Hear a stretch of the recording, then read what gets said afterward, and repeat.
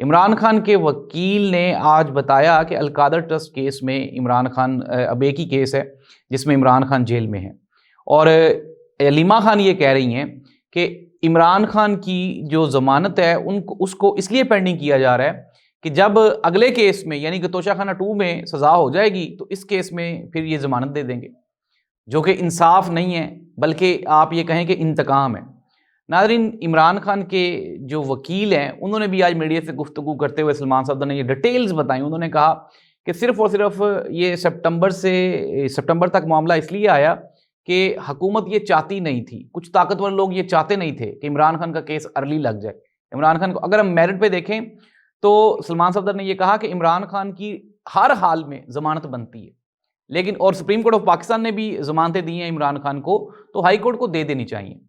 ناظرین، high court یہ چاہتا ہے کہ عمران خان اور بشرا بی بی کو کوئی ہیلتھ کی بیسس پہ، صحت کی بنیاد پہ کوئی ریلیف دیا جائے، لیکن عمران خان تو یہ ریلیف لینا نہیں چاہتے۔